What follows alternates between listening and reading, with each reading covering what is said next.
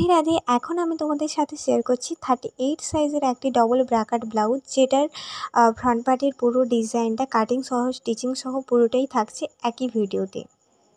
High friends, welcome back to my daily blog channel lifestyle Moudita. কেমন আছো তোমরা সবাই? আশা করছি সবাই খুব সুস্থ আছো, ভালো আছো।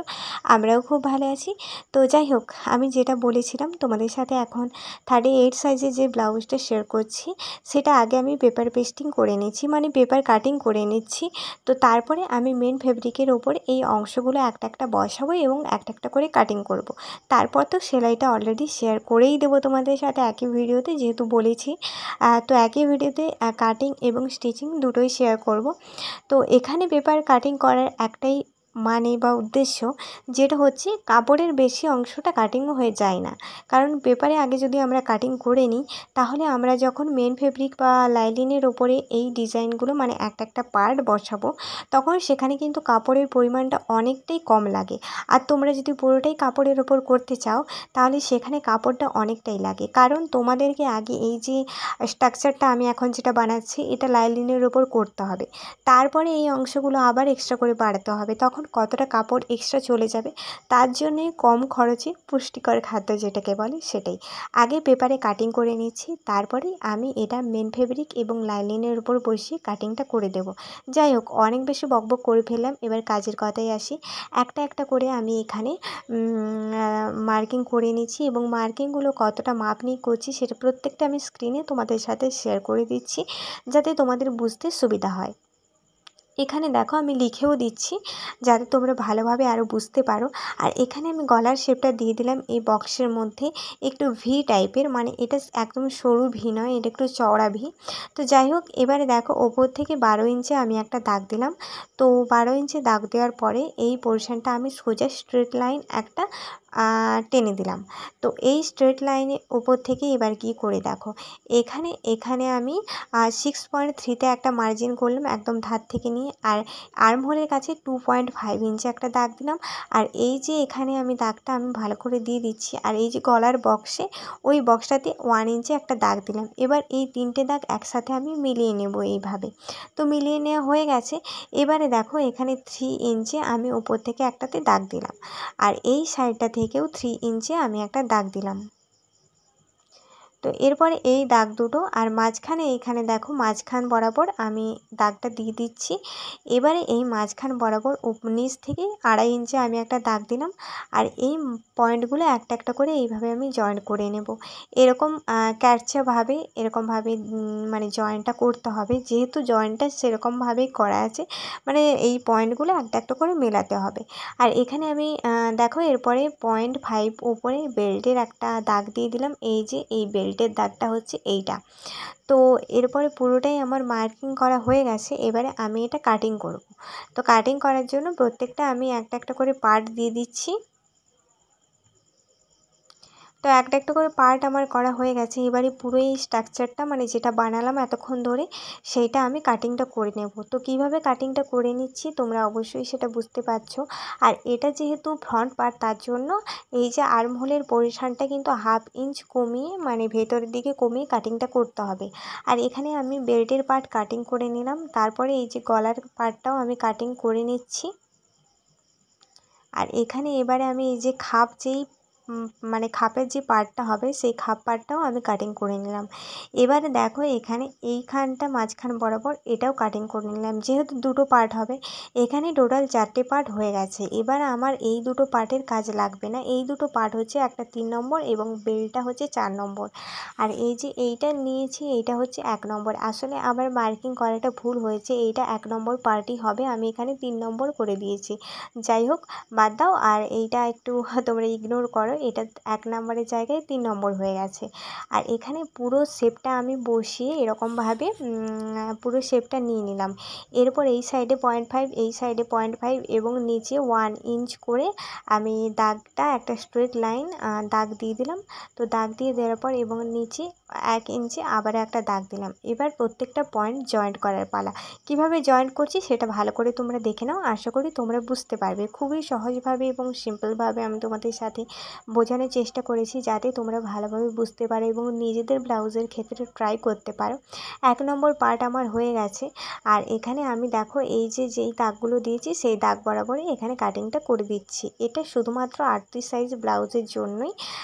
তো এর থেকে বড় সাইজ করতে গেলে প্রত্যেকটা আমার মানে চ্যানেলে দেওয়া রয়েছে যে 40 সাইজ ব্লাউজ কীভাবে বানাবে, 42 সাইজ ব্লাউজ কীভাবে বানাবে, আর 32টা দেওয়া নেই, 38টা দেওয়া রয়েছে, আর 36টাও দেওয়া রয়েছে।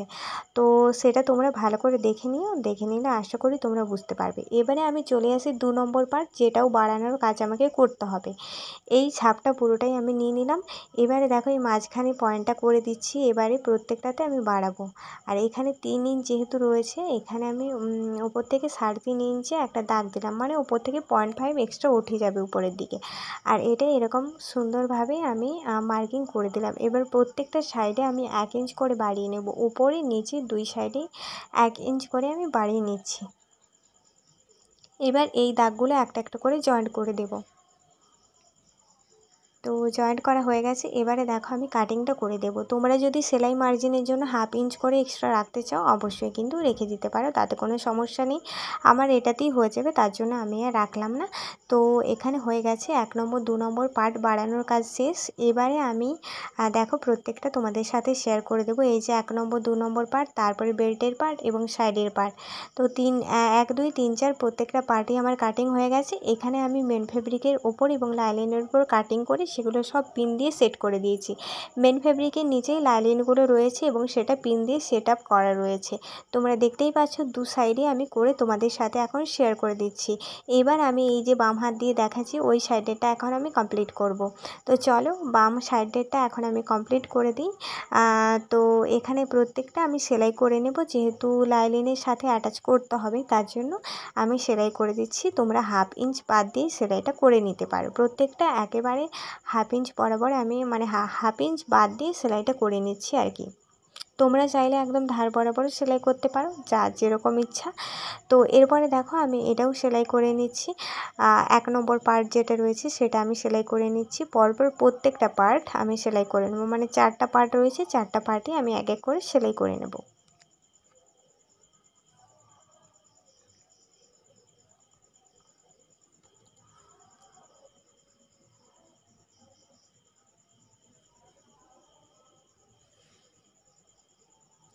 এই তো এখানে একটা একটা করে প্রত্যেকটা পার্ট আমার সেলাই হয়ে গেছে, এটাই ছিল লাস্ট। তো এইটা হয়ে গেলেই আমার 4টা পার্ট একদম সুন্দরভাবে সেলাই করা হয়ে যাবে। এবারে দেখো এই যে অংশগুলো মানে এক্সট্রা যে অংশগুলো রয়েছিল সেগুলো আমি কাটিং করে দিলাম। এবারে 1 নম্বর পার্ট এবং 2 নম্বর পার্টটা আমি নিয়ে নিয়েছি সেলাই করার জন্য। আর এই যে সেলাইটা করছি এটা তোমরা দেখতেই পাচ্ছ, আগে যে সেলাইটা করেছিলাম সেই সেলাই বরাবরই আমি ভেতর দিক থেকে সেলাইটা করে নিচ্ছি। আর এখানে আমি ডবল সেলাই দিয়ে দিচ্ছি যাতে সেলাইটা আরও বেশি টেকসই এবং মজবুত হয়। এরপরে ধার বরাবর আর একটা সেলাই করে দিচ্ছি, যাতে কাপড়ের সুতো বেশি খুলে না আসে তার কারণে। এখানে তোমরা চাইলে একদম ভালো করে সেলাইটা করে নিতে পারো। আর এখানে দেখো আমি 1 ইঞ্চ রেখে এখানে টেকিংটা দিয়ে দিলাম। তো দেখো খাপটা কত সুন্দরভাবে এসেছে। এইরকম সুন্দরভাবে খাপটা আমি বানিয়ে নিলাম 1 নম্বর এবং 2 নম্বর পার্ট দিয়ে। এবারে আমি 3 নম্বর পার্ট এর সাথে জয়েন করব। তো 3 নম্বর পার্ট জয়েন করার জন্য এখানে দেখো আমি যেই সেলাইটা রয়েছে সেই সেলাই বরাবরই সেলাইটা করে নিচ্ছি। আর এই তো সুন্দরভাবে সেলাইটা করে নিলাম। এবার এর ওপর থেকে ডবল সেলাই দিয়ে দেব এবং ওই যে সেলাইটা রয়েছে ধার বরাবর মানে ওটার মুড়ি বরাবর একদম আরও একটা সেলাই করে নেব সুন্দর করে। তো 1 নম্বর 2 নম্বর এবং 3 নম্বর পার্ট জয়েন্ট হয়ে গেছে। এবারে আমি এখানে 4 নম্বর পার্ট অর্থাৎ বেল্টের পার্টটা জয়েন্ট করে নিচ্ছি। তো এখানে বেল্টের পার্টটা এখানে যে দেখো ওপর এরকম ভেতর দিক থেকে সে মানে উপরে বসিয়ে দিয়েছি আর উল্টো দিক থেকে আমি মানে ভেতর দিক থেকে সেলাইটা করে নিচ্ছি। তো এইভাবে সেমভাবে যেরকম প্রত্যেকটা পার্ট আমি সেলাই করেছি সেরকমভাবেই প্রত্যেকটা পার্ট একইভাবে সেলাইটা করে নিচ্ছি। আর এর উপর থেকে আমি একটা চাপ সেলাই দেবো, তোমরা চাইলে এখানে দুটো চাপ সেলাইও দিতে পারো। তো আমার একটাই চাপ সেলাই দেখতে বেশি ভালো লাগে, তার জন্য আমি একটাই চাপ সেলাই এখানে দিই। এই তো পুরো পার্টটা আমার কমপ্লিট হয়ে গেছে। চলো এরকমভাবে আরও একটা পার্ট আমি রেডি করে নিচ্ছি। এই পার্টটাও সেমভাবে রেডি করে নিয়েছি। এই হচ্ছে দুটো পার্টই একদম রেডি হয়ে গেছে। এবারে এখানে গলার পট্টি, হুক পট্টি এবং কোমর পট্টি বসানোর কাজ আমি করব। তার জন্য এখানে লাইলিন নিয়েছি এবং লাইলিনটা ডবল ফোল্ড করে দিয়েছি। আর যেই চকের দাগটা ছিল সেই চকের দাগ অনুসারে আমি সেই চকের দাগের ওপর থেকে আমি সেলাইটা করে নিচ্ছি। এই তো আমার সেলাই করা হয়ে গেছে। এবারে আমি এখানে ছোট ছোট করে কাটিং করে দেব। তো ছোট ছোট করে কাটিং করে দেওয়ার কারণটা কি, যাতে এই যে গলার যে শেপটা তোমরা দিয়েছো সেটা যাতে সুন্দরভাবে আসে, তার জন্যই এঁকে বেঁকে না যায়, তার জন্যই সুন্দরভাবে শেপটা আসে যাতে, সেই কারণেই ছোট ছোট করে কাটিং করা, মানে ফিনিশিংটা খুব সুন্দরভাবে আসবে। আর এখানে দেখো আমি এটা উল্টো দিকে ঘুরিয়ে দিয়েছি, মানে ভেতরের দিকে ঘুরিয়ে এর ওপর থেকে আর একবার সেলাই করে দিচ্ছি। তো সেলাই করা অলরেডি হয়ে গেছে। গলার পট্টি বসানোর কাজ শেষ। এবারে চলো হুক পট্টি বসাবো। এখানে আমি লাইলিন নিয়ে নিয়েছি। লাইলিন নিয়ে নেওয়ার পর এখানে একটাই কিন্তু নিয়েছি, সিঙ্গেলভাবেই রয়েছে, তোমরা যেটা ভালো করে দেখতে পাচ্ছ। তো এখানে পুরোটা সেলাই করা হয়ে গেছে। এটা উপরের দিক থেকেই করতে হবে। এরপরে দেখো আমি এক্সট্রা কাপড়টা কেটে দিচ্ছি। আর এখানে ওপরের দিকেও এক্সট্রা অনেকটা কাপড় রয়েছে, যেটা আমি যখন করব তখন তোমাদের সাথে শেয়ার করব। তো এরপরে চাপ সেলাইটা দিয়ে দিলাম। চাপ সেলাই দেওয়ার পর এটাকে একদম সুন্দর করে ওই সেলাই বরাবর মুড়ে তারপরে এখানে আমি ডবল ফোল্ড করলাম। ডবল ফোল্ড করার পর এরপরে আমি এখান থেকে সেলাইটা করে দিচ্ছি সুন্দরভাবে। আর এই যে ওপরে এক্সট্রা পার্টটা আমি মুড়ে ভেতরে ঢুকিয়ে দিয়েছি। এরপরে এইখানে সুন্দরভাবে শেপটা করে দিয়েছি, যাতে ব্লাউজের শেপেই আমি সেলাইটা করতে পারি, মানে ব্লাউজের গলার যে শেপটা রয়েছে ওইখানটাতে শেপেই আমি সেলাইটা করতে পারি। সেটা সুন্দরভাবে করে দিয়ে এখানে আমি আরও একবার দুবার সেলাই করে দিচ্ছি। তো এইভাবে এক সাইড পুরো মানে হুকের ঘরটা কমপ্লিট হয়ে গেছে। এবারে দেখো আমি কোমর পট্টিটা বসাবো। কোমর পট্টি বসানোর জন্য এখানে আমি লাইলিন নিয়ে নিয়েছি। লাইলিনটা সামনের দিকে, মানে সামনের অংশটা একটু মুড়ে দিয়েছি। মুড়ে দেওয়ার পর সেলাই করলাম। তো এরপরে এর ওপর থেকে চাপ সেলাই দিয়ে দেবো। তো চাপ সেলাই দেওয়ার পর এটাকে ভেতরের দিকে ঘুরিয়ে ডবল ফোল্ড করব, তারপরে সেলাই করব। আর এই ব্লাউজের ব্যাক পার্টটা যারা এখনও দেখোনি কিন্তু অবশ্যই দেখে নিও। অলরেডি আমি পোস্ট করে দিয়েছি একটা ট্রেন্ডিং এবং ভাইরাল ব্যাক পার্ট ব্লাউজের। তো সেটা তোমরা যারা বানাতে চাও অবশ্যই কিন্তু দেখে আসতে পারো। এই ব্লগের আগের ব্লগে আমি সেটা দিয়েছি। তো যাই হোক, এখানে আমার সেলাই করা হয়ে গেছে। কোমর পট্টি সহ, হুক পট্টি সহ, গলার পট্টি সহ পুরোটাই বসানো কমপ্লিট। সেমভাবে আরও এক সাইডে আমি করে নিয়েছি। এবং এই হচ্ছে ব্লাউজের ফ্রন্ট পার্টের ফাইনাল লুক, যেটা তোমরা এখন দেখতে পাচ্ছ। এরপরে চলো পুরো ব্লাউজটা আমি তোমাদের সাথে শেয়ার করি। এই হচ্ছে ব্লাউজের ফ্রন্ট পার্ট, যেটা ব্লাউজ রেডি হওয়ার পরে দেখতে কতটা সুন্দর লাগছে তোমরা দেখতেই পাচ্ছ। আর এখানে হাতাতেও আমি পার্টটা বসিয়ে দিয়েছি। যাই হোক, ব্লাউজের ডিজাইনটা কেমন লাগলো জানিও, ভালো লাগলে লাইক করে দিও। চলো টাটা, রাধে রাধে।